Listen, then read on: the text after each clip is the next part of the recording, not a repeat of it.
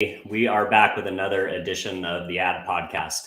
And boy, do I have a special guest for you guys today. Today on the show, we have Mr. Mathew Knowles. Mr. Mathew Knowles is the founder of Music World Entertainment and is known for managing the careers of artists like Beyoncé, Destiny's Child, Earth, Wind, and Fire, and more. And he is a speaker and an author and a professor on topics like sales, management, and brand development. And he has authored over 4 different books, which I will link to in the show notes today. And he is a top voice on LinkedIn.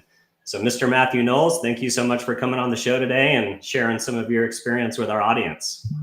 Thank you. So Dylan, let's not be formal. Call me Matthew. All right. I like it. Thank you. All right. So Matthew, I've given a brief introduction, but you have a really exciting background and resume, including being the #1 sales guy at Xerox. You're also are currently a prolific TV and film producer as well. Anything that I missed, or do you want to give me maybe just a quick walkthrough of your background and some of the highlights as you've achieved this really exciting career? Yeah, I'd love to. Like we talked backstage, I love just to have a conversation, nothing planned.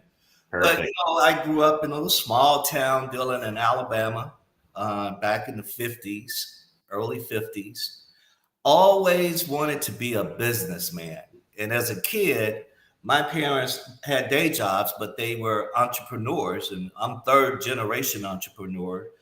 So I always had this dream. I used to look at the clouds, and my mother, she really encouraged me that I could do whatever I set my mind to do, and to dream really big. And that's what I was a dreamer as a kid. Wanted to be this businessman, wanted to be successful at it. As it turned out, I spent 20 years in corporate America in sales and marketing. In the medical division of Xerox. I sold copiers for a year at Xerox, but 8 years in the medical division, and was fortunate to be the #1 sales rep in the world 3 out of 4 years. And then went on to sell MRI and CT scanners in the early beginnings, and ended up as a neurosurgical specialist. And as fate would have it, managed care came into the medical industry, and the neurosurgeon called me to his office and said he couldn't use my instruments because they cost too much. Wow. And that's when I decided I have to find my passion. And it turned out that Beyonce's group was on Star Search and they had lost. And it turned out that a young rapper in Houston kept asking me to manage him. So I decided to go into the music industry. Went back to school because I think knowledge is power. And the rest is history in the music industry. Have worked with some of the biggest names in the industry, and in the meantime, it's my 22nd year in academia. I teach at Pepperdine, a really unique course this semester called African American Aesthetics Culture, from spirituals to hip hop. Wow. And then I teach in London at the London College of Contemporary Music. I love to teach and educate and give back. And so that's one of my passions. I love that. You've kind of prompted several of my questions just in your intro there, but one that I would love to get your take on.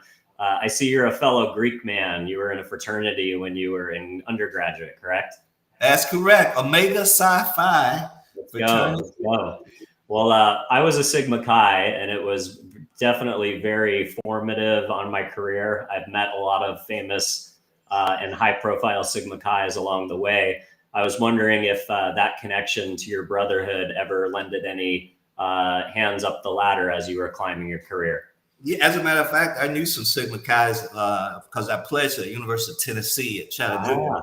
Let's go. I knew some of your frat brothers, man. Let's go.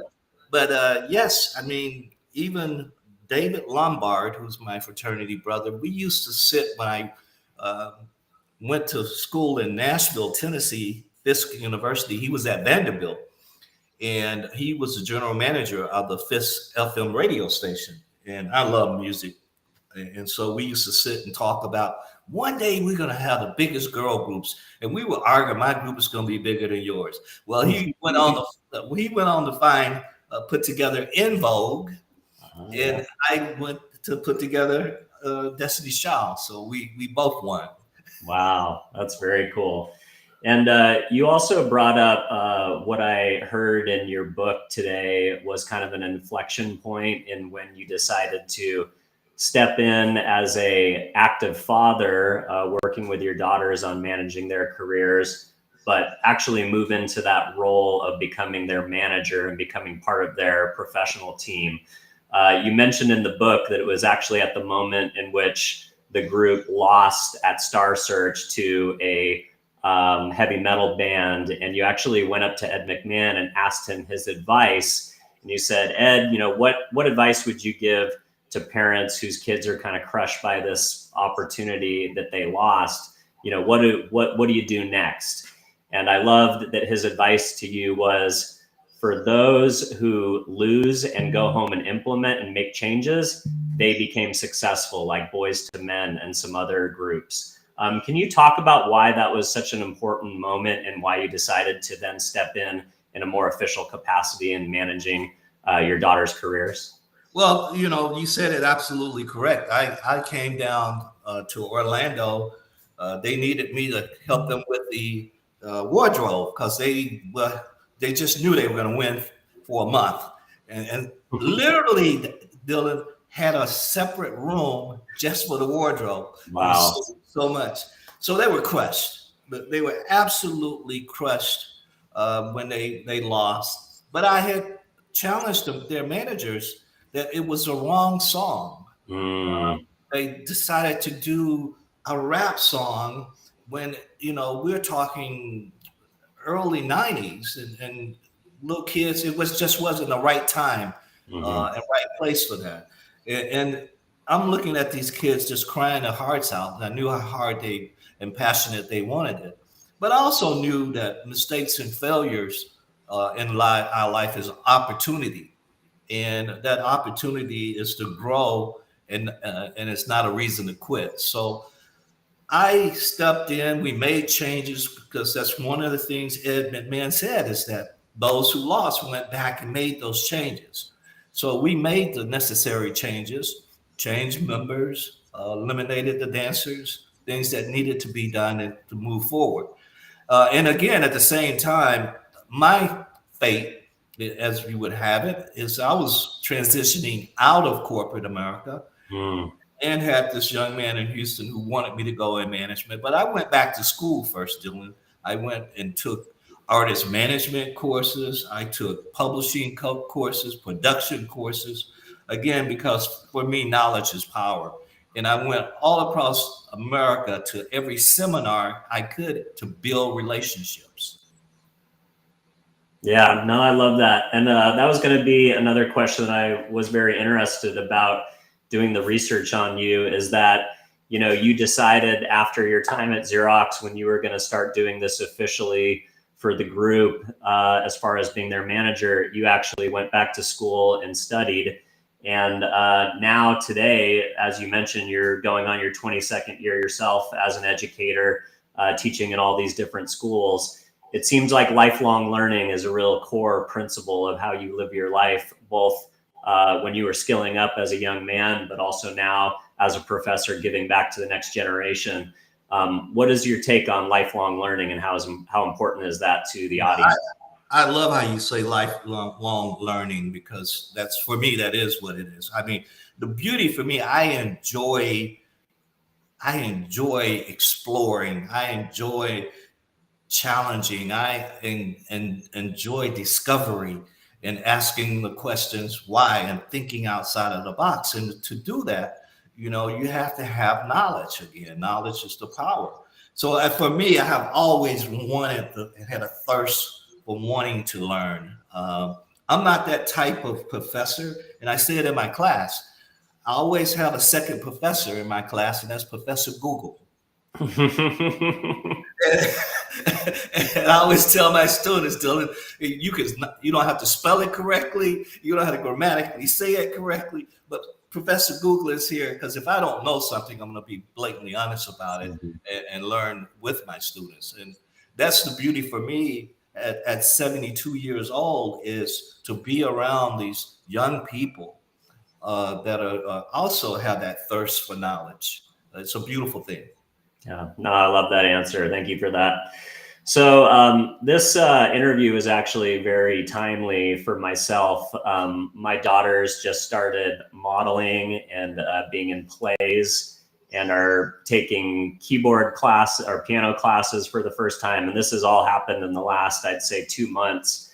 My youngest daughter booked her first commercial right out of the gate with a company called Riley and Crew here in San Diego. So I was really excited to ask you the question when I read this quote in People magazine.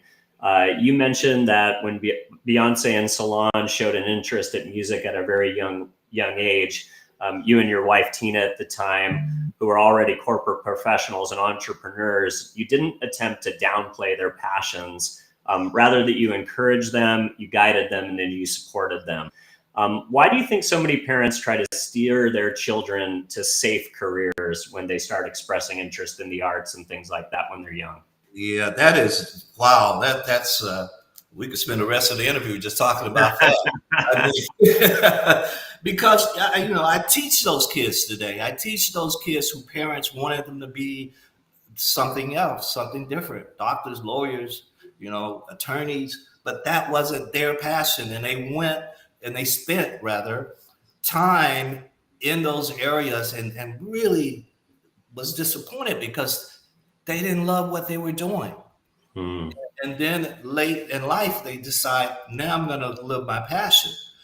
So I teach those students. A lot of my students are just that, where their parents were forcing them to do something that the parent wanted them to be. And that's the mistake that we make. It should not be, you're going to be this when you grow up. It should be, I'm going to give you the tools. I'm going to expose you as a parent to all these beautiful things. We used to take the kids to NASA so they could understand science. We would take them to the skating rink. We would take them to a play, a musical. We would take them to science fairs. We would do all those things and just kind of sit back and notice what they gravitated toward. And it was always music and entertainment. And so we encouraged that. And then we put them in dance troupe. We got a vocal coach. We got those things, and we sit back to see if they were passionate about it. Because as a parent, how do you know if your kid is a hobby versus a passion? And it's okay that it's a hobby. How do you know that which is when you have to tell your child to go to practice? When you have to tell them to go to practice, it's a hobby. Yeah. Because when it's a passion, they're going to bug the hell out of you about practices tomorrow. Yeah. And I don't want to miss it. I don't want to play. Yeah, that's a very interesting insight. My daughters were in softball before they got interested in the arts, and it was kind of a chore. If it was cold out or if it was a late practice, they'd kind of go hemming and hawing. So they only did a couple of seasons, but now that they're in plays and the arts, my daughter last week had a Freaky Friday performance, and I was driving her practice with her team, till 9 o'clock at night, 3 or 4 days in a row, and 2 shows on Saturdays. And now she's home sick from school this week with a sore throat and is hoarse, I'm sure, because of, the performance. But it's like you said, it takes no cajoling on our part to get them into the car and get them to do the things that they need to do. And they're always in their room rehearsing lines or reading their books or playing songs and stuff like that. So, I think that's a great advice, because I think for me as a parent, I was very, I wouldn't say hesitant, because I am from the entertainment industry and I know it's possible. And I'm somebody that has enough connections that I might be able to help them out at some point with my connections. But then at the same time, I didn't want to be looked at as a, dance dad or whatever they call them, somebody who was taking advantage of their kids and trying to force that on them, because that's the world that they come from. So I love the healthy boundaries that you guys set up, where it was really more about encouraging their natural interest and inclination versus trying to force something to happen that wasn't really part of who they were. And you've heard, Dylan, you've heard parents before say, well, my kid's going to be this when they grow up. You know, we've all heard that numerous times. Oh, by the way, my wife and I, Gina, we lived on Harbor Court in San Diego downtown for 2 years. Wow. The Twin Towers downtown. Yep, I know it well. Yeah, San Diego's a beautiful place to live. California, I love LA. I was there for 10 years. I would never have taken it back. It was where, me and my wife got married and built our life, from that little 1-bedroom apartment in West Hollywood, myself in the entertainment industry, her in the advertising world. But yes, you can't really beat San Diego when you're ready to start having kids. It's a beautiful place. And we live now, one of the places we live is Orange County. So oh, nice. You get to look at the beach and the mountains and the snow caps. It's just amazing. Yeah, you can. California is the only place where you can go snowboarding, go surfing, and play golf in the same day. Yeah, and go to the desert. Right. Yeah. Exactly. So I wanted to ask you, while we're on this topic, and we won't spend too much on the parenting side, but I wondered if you had, what would be the number one piece of advice that you would give to parents whose kids are kind of contemplating a career in the entertainment industry? Well, I think the number one thing is really build a team, people that really know what they're doing and have done it at a high level. I think that is really critical. I think starting early, because those that are great in sports and entertainment, they don't wait till they're 17 and 18 to start. I mean, if you just look around, it's probably 6, 7, 8 years old when they started. So it's really important as a parent to help your child identify, regardless what they want to be in life, as early as possible, so that you can begin to give them the tools and they can begin to practice and better themselves in their craft. Yeah, no, I love that. Thank you for that.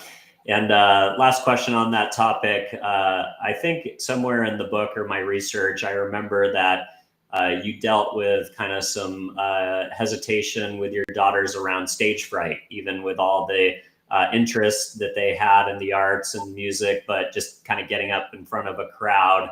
My youngest daughter loves the idea of being in plays and being in shows, but when it comes to the moment of having to go up there with her peers, she gets a little bit self-conscious and chickens out. So what is your advice helping a child with that fear of stage fright? Well, I always say you're supposed to be nervous. That's your body saying to you, gear up, this is important, gear up. I played college basketball and I would get nervous. You're supposed to get nervous. Again, that's your body telling you you have to gear up.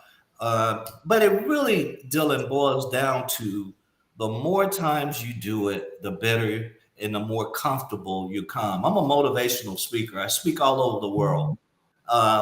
And I'm comfortable at it because I've done it. There's a book on my shelf back there from Malcolm Gladwell called Outliers. I'm sure you probably have heard of it. Yeah, it's a great one.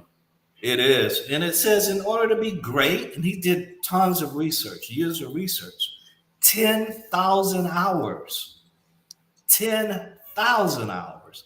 So when I look at a Serena Williams or Tiger Woods, Brian or Beyoncé, all of them put in 10,000 hours to be great at what they did and what they're doing. So it takes that type of focus and rehearsal and practice, and you just become better and more comfortable the more you do it.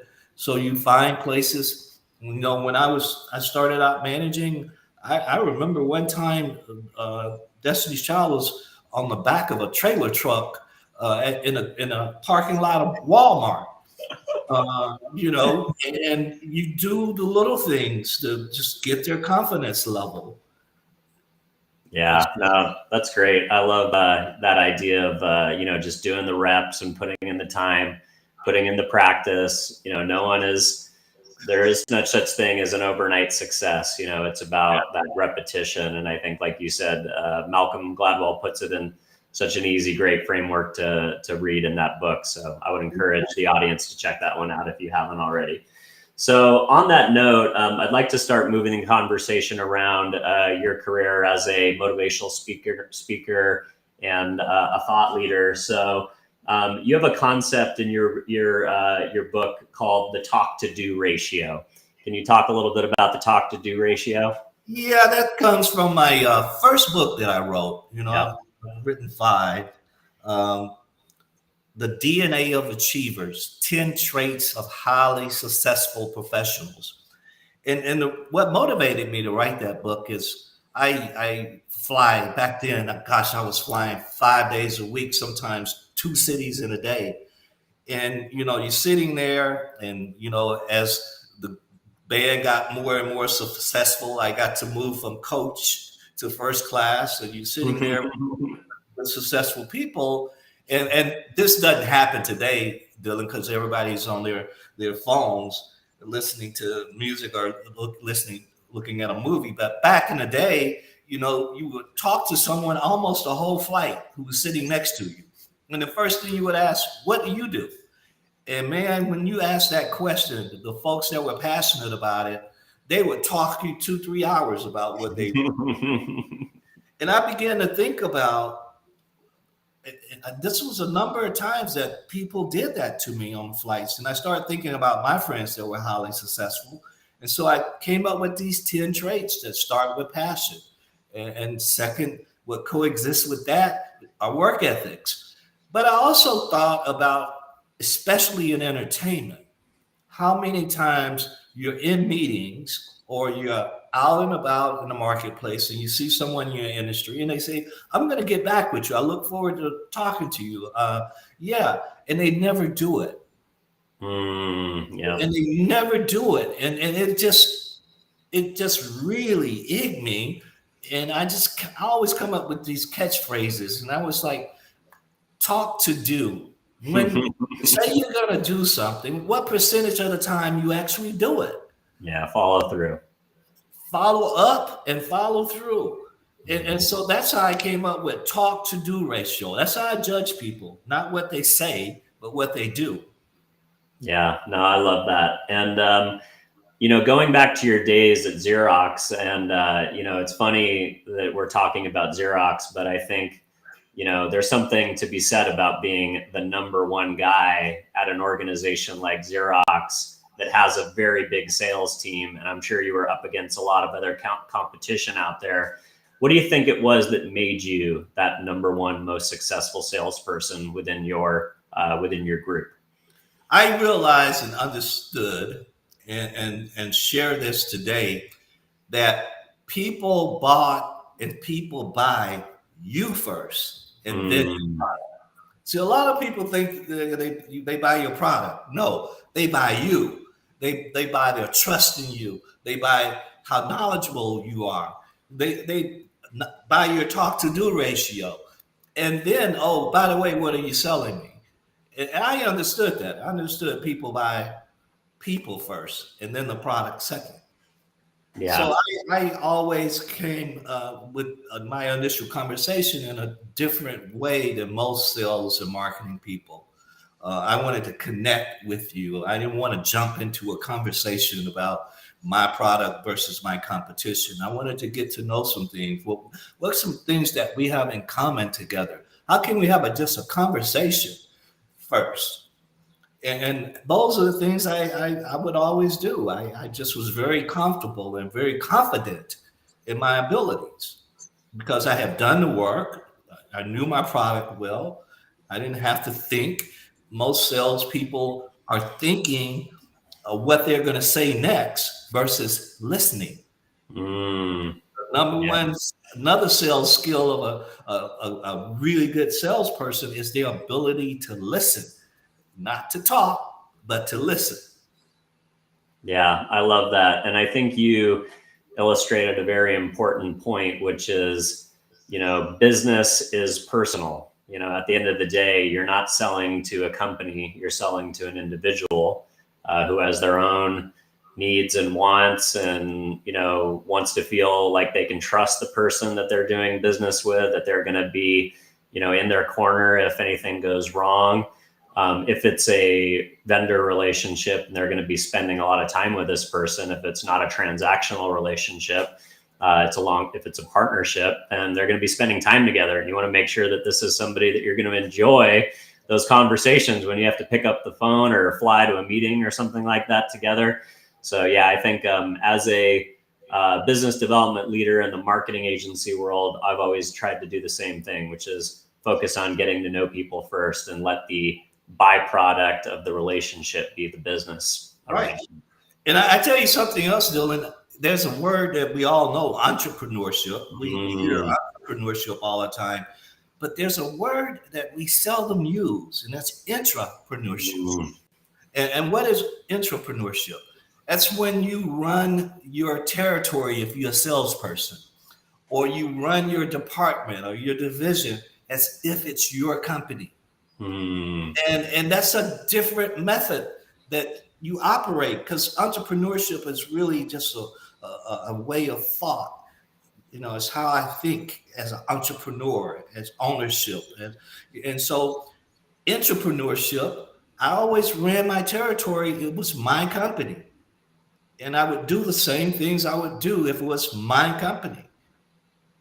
Yeah, I love that idea of entrepreneurship. And I think, some salespeople, and I'll maybe, take a hit here. We're so focused on the sale and we're so focused on clients that sometimes we can maybe not spend as much time focused on internal relationships and the people who actually execute. Once we do the sales piece, who's the team around us that's going to execute? And I'm not speaking except for myself, but I know as a salesperson, I need to make sure that I'm saving energy and emotional capital to make sure to build just as good a relationships with my boss, my subordinates, and my vertical teammates in other departments as I am, with customers. Yeah, that's a very good point. And the thing I also had to learn, that relationship with all of the above, customer, people you work with in your organization, those relationships are better built outside of the office. When I sold MRI, now I go from selling, a $200,000 piece of equipment to a $4 million piece of equipment. So I had to deal with radiologists, and I had to learn very quickly that relationship building was really the dinner. The dinner was an important part of what I did. And getting to really build this rapport and relationship with folks. That becomes very, very important in sales. Yeah. And I think also the idea of this isn't as hard, post COVID, but back when we went to offices, getting people out of their offices, because then they kind of take the guard down. Like when you're in an office, you're kind of your office professional self. But if you can get them out of the office and get them into a nice restaurant or on the golf course or in a cigar lounge, they become their natural selves, and it's easier to build a relationship when you're not in that, you don't have that professional wall up. Absolutely. Yeah, I love that. All right. So I want to pivot the conversation to go a little bit in the direction of my industry, which is brand partnerships with celebrities, people who built large followings on social media, working with companies and corporations that are trying to leverage the star power of their endorsements and the people out there that they're partnering with. You've obviously had probably one of the biggest front row seats in the history of these types of partnerships with doing deals with Pepsi and others. Can you talk about what you think is the number one element of making a successful brand partnership between a celebrity, whether that's a musician, athlete, social media personality, and a brand? Yeah, good question. So, I have had the opportunity with Destiny's Child and Beyonce and Solange and others to do strategic partnerships with McDonald's, one of the Destiny's Child tours, Pepsi, many commercials, L'Oreal, many commercials, American Express, Samsung, Nintendo. I can go on and on. So brand development and building a brand and what differentiates you. But let me tell you what I learned very quickly, and it was due to corporate America. So let's say I'm putting out an album on Beyonce, and the record label has a budget, a marketing budget, and let's just throw out a number that the marketing budget is $1 million. Mm-hmm. But if I partner with L'Oreal, which I did, I can put the song in the commercial. I can put the artist in the commercial. Their marketing budget is $25 million. I understood that very, very, very quick because when I went to the music industry, it was just that they were in the music industry. Mm-hmm. I was in the brand name development and endorsement business. I wasn't in the music only business. And when you combine that, and I use that example, L'Oreal versus Sony's budget, but if you combine that, then sales is all about numbers. It's a real simple formula. So if I can reach, 50 million people or reach 5 million people, the person that reached the 50 million should sell more. Mm-hmm. So I understood that in building and brand development and understanding the whole concept coming from corporate America. Yeah, no, that's great. I love that idea. I think sometimes, I think all artists these days more than ever, since the since the streaming industry has changed music so much, pre-CDs, they had to do more partnerships with brands, maybe from a financial perspective, but maybe there was a little bit of a, antagonistic features there of like selling out or whatever. But I love that idea that, 1 + 1 = 2, or in the case of L'Oreal, 1 + 25 = 26. Right. You're quick on the math. Still to this day, I have a Coldplay album in my iPhone because of that partnership that they did back in the day, with Apple, or maybe it was U2. It was either U2 or Coldplay. I can't remember which one. Yeah.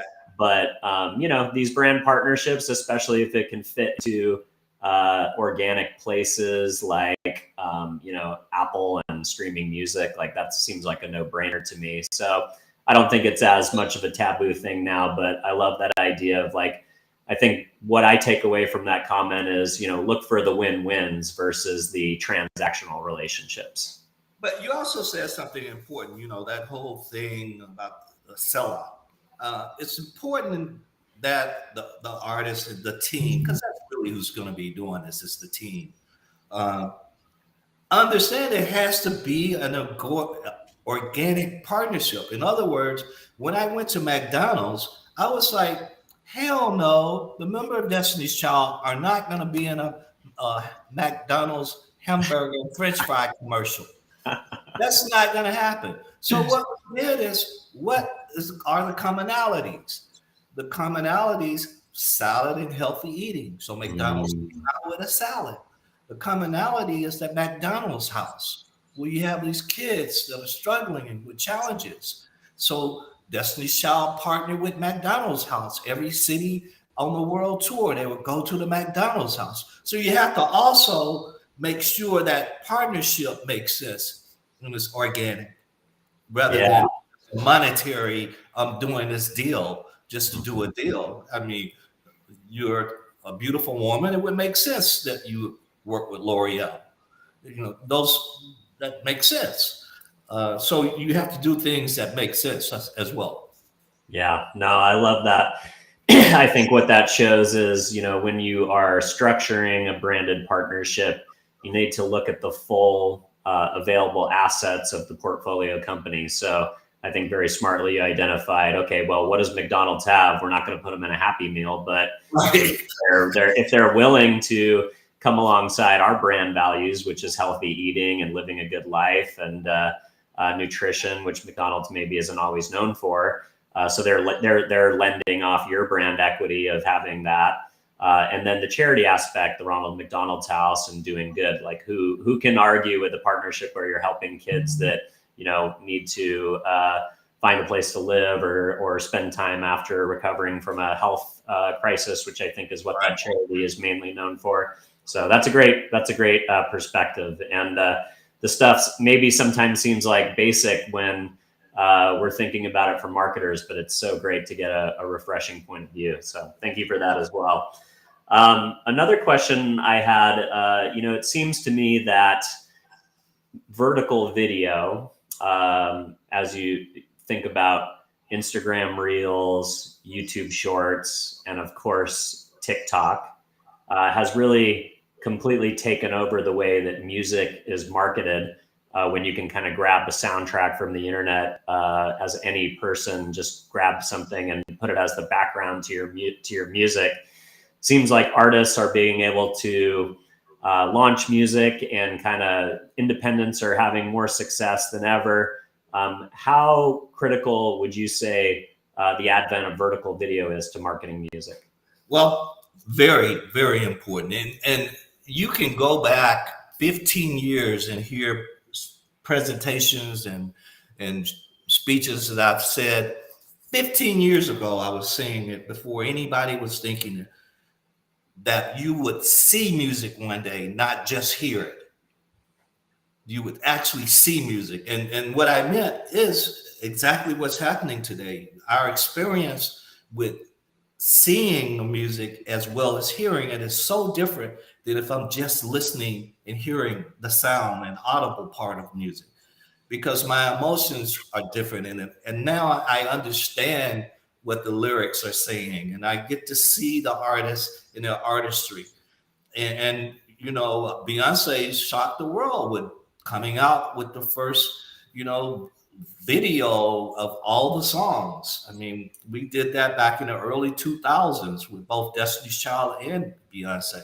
We understood the importance of seeing music as well as hearing it. And that's what these streaming platforms are allowing now, is the opportunity of doing both.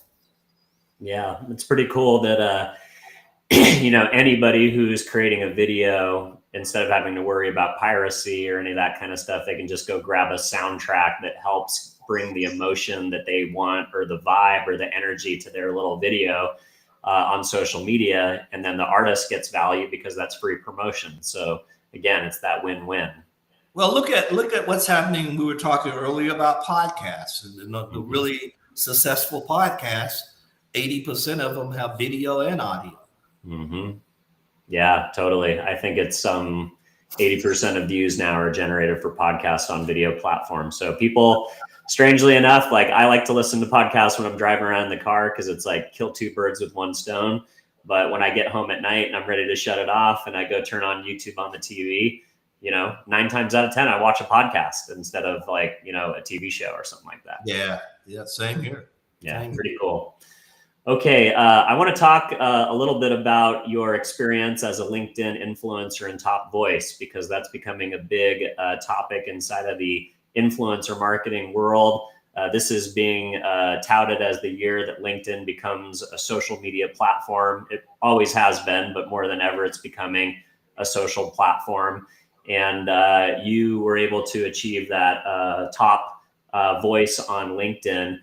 Can you tell me a little bit about how that happened, and what does that do for you as a creator that's out there promoting your thought leadership and the ventures that you're working on? Well, first of all, it's a real honor to be a top voice on LinkedIn. I mean, to be associated with Richard Branson. I mean, come on, that's a real honor. But I had to put in the work. I didn't start out with this mass number of audience. I had to put in the work. And of all of the platforms, and I have a team that work on social media, but LinkedIn is the one that I actually take the time. I read every comment. I follow up with people, but I had to develop and build that, and it just required work and being committed to it. And I wish it was a complicated reason, but it's not. It's just that commitment, personal commitment that I made, that I want to build this platform personally, and I'm going to do the work that's required to build it. Yeah, that's great. And that's awesome to hear that. I know that there's always a social media platform that creators or people who are thought leaders don't want to give up. And it's exciting for me to hear that LinkedIn is the one that you won't, hand over the keys of the castle completely to your team, and you still enjoy that process. I do. And if you're listening and then you hit me up on LinkedIn, I'll hit you back. That's great. Well, the good news is my biggest distribution for this podcast is LinkedIn, that goes out to about 28,000 people. So hopefully you get a little bump from this. Yes, thank you. Okay. Congratulations to you. Thank you. I just want to round out the episode with a few questions about some current updates on projects that you're working on. One thing that I was excited to see is that you were awarded the Presidential Lifetime Achievement Award. What was that experience like? That was a surprise. I didn't know I was going to receive that. I mean, to get a Lifetime Achievement Award with the signature of the President of the United States is a real honor. Mm-hmm. And I hope that the reason I was awarded is because I do the things in the community, especially in health and wellness, diversity, equity, and inclusion. Those are areas that I talk a lot about. I'm a cancer survivor myself, and I have to work very hard. I had to make a total change once I was diagnosed almost 5 years ago. Health, I had to change my diet. I had to exercise more. I had to reduce stress. I had to do those things required to really be healthy and also emotionally healthy, because mental illness is also a thing. So I talk about these topics, and I don't sugarcoat them. I'm very, very, I share my perspective of them. And I hope that in some way that it's really helped people. And I one of the things about LinkedIn is when I read somebody telling me thank you, the words of encouragements, I go on social media quite a bit with just daily encouragements and share some wisdom and some failures. And I hope those have become helpful for people. When I was doing the research on you, one of your more viral posts that popped up was one where you were having a Zoom call with a colleague, and her little daughter, or maybe her granddaughter, was in the background playing and kind of maybe making a little bit of noise, not enough to really be a distraction. But, the woman who you were speaking with was maybe a little bit embarrassed and trying to, manage her child who was in the room. And what I loved about that story is, she shared with you that she's, somewhat interested in the arts. And instead of, that being an awkward situation, you encouraged her to bring her little girl up to the screen to actually interact with you and, give her a little bit of advice and encouragement and, the things that she's going after and her goals. So that was really cool. Yeah, that's just who I am. I mean, what you see is what you get all the time. That's great. Well, as in pertaining to the award, we didn't go through the numerous list of awards and boards that you serve on from a nonprofit capacity. I would encourage those of you who are interested to look up Mr. Knowles on LinkedIn and see of all those things, and to see some of the organizations that he supports, because there are many. And I'm sure that was a large component of what drove your consideration and ultimately the award that you received from the president. So congratulations again on that. Thank you. Thank you so much. And by the way, If anyone wants to know what I'm doing and get a complete overview, I suggest they just go to MathewKnowles.com Mm-hmm. and they can book me to speak there, because that's what I'm passionate about. It's just educating and motivating people and entrepreneurship and sales, marketing, and other areas. Yep. No, I love that. Well, I'll definitely link to that in the show notes. I just noticed that we hit the 45-minute mark. So anything else that you'd like to leave our audience with today, or how to find you, or any other calls to action? No, I think they can get it all on my MathewKnowles.com. It's pretty robust. But I've enjoyed the opportunity, Dylan. I hope we have the opportunity to talk again. We have a few more minutes if you'd like to expand, but moving into the area of film and TV, we have a number of projects coming out that we're working on, and film and TV industry takes a lot longer than the music industry, and I've had to adjust to that. What wasn't easy for me to adjust to. I could put out an album in a year, but I have to wait 4 or 5 years before I can put out a movie. But we're at that point now. The strike is over, and so we're working on a number of projects that we'll be announcing soon. Enjoying the film and TV area. We're fortunate to have done numerous soundtracks over the years, and so we had some experience in Beyoncé and Solange. They've been in many movies and TV shows, and from other members of Destiny's Child.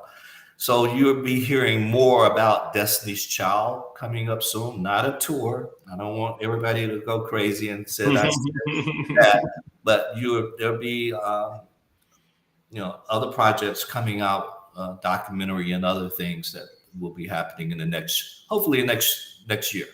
Yeah, I think I read in Variety that there's actually a biopic being written or is in development around your life story. There is the Mathew Knowles story, which it has had its a lot of ups, but it's had downs also. And, so we're sharing that. Again, growing up in Alabama in the 50s, and I never went to a black school until my junior year of college. Wow. And my mother went to high school with Coretta King in Marion, Alabama. So there was a lot of things that I would share that molded me as to who I am today, that happened during those formative years growing up in Alabama and the age of segregation. Well, I didn't get to read that book yet. That's on my list. I wanted to focus on the business components of the story, but my understanding is that the biopic is actually based on your memoir. So I'm excited to dig in with that one as well, so I can learn a little bit more about that history, because I think it'll be eye-opening. Well, thank you, Dylan. You're a good man. Thank you. Well, I appreciate it, sir. So for those of you at home, thank you so much for tuning into this edition of the Ad Podcast. If you enjoyed my conversation with Mr. Knowles today, please go ahead and give this show a 5-star review on Apple, iTunes, YouTube, wherever you're happening to watch it. If you subscribe or follow us, that'd be great. You'll get access to additional future episodes. And finally, last but not least, if you enjoyed the conversation that I had with Mathew today, don't forget to share this episode with a colleague or a friend who might enjoy our conversation. So with that, Mathew, I'll let you get back to your day, recover. I know you've had a long one, but I really appreciate you coming on the show. Thank you so much.